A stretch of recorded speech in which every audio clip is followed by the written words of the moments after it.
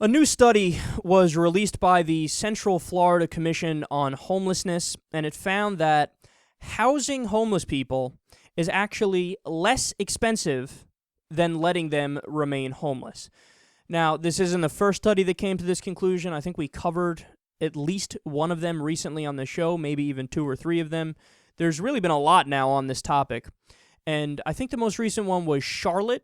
Charlotte tested out this theory by giving homeless people a place to stay, and it turns out that the net savings for taxpayers was $1.8 million a year.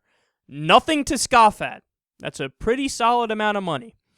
So in this study, quote, Florida residents pay $31,065 per chronically homeless person every year they live on the streets. That's a lot. I mean, that's a lot of money to support somebody who's living on the streets.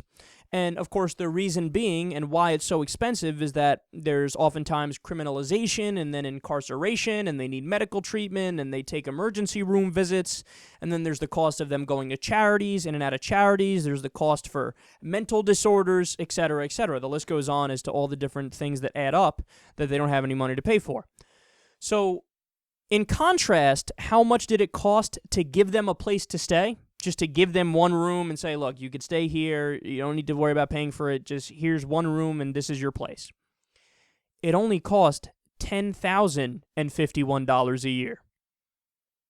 So again, when you don't give them a room to stay in, $31,065 per year. When you do give them a room, it only costs $10,051 per year.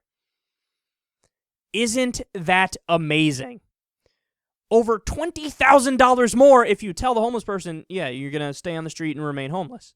If you give them one room, things get much, much better. So here's the thing, man. Like we said the last time we covered this, if you're a true fiscal conservative, okay, if you're a true deficit hawk, this is the answer.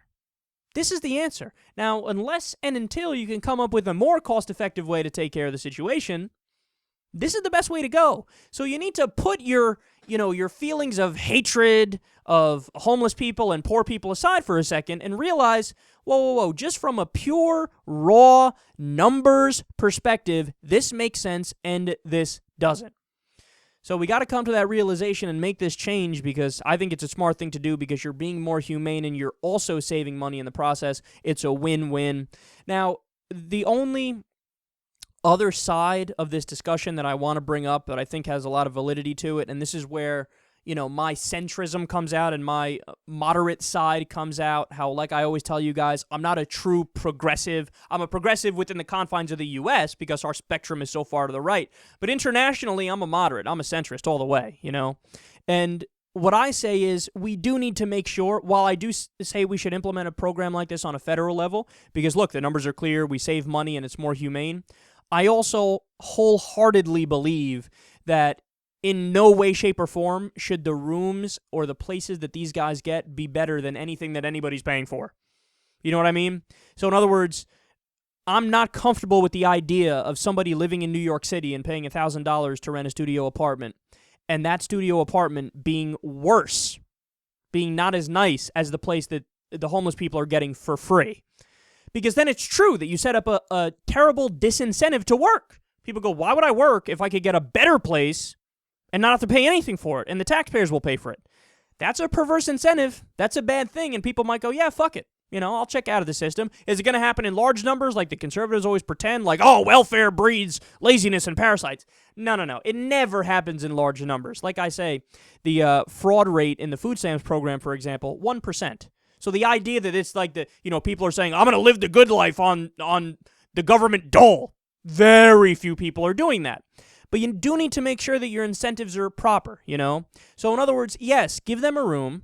Yes, this idea will save money and it's more humane. But at the same time, you got to have to make it a pretty small studio apartment.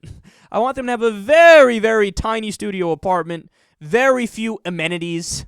You just give them a bed and say, look, here. You can stay there and we'll save money this way, but you're not going to be living in any luxury on the taxpayer's dime.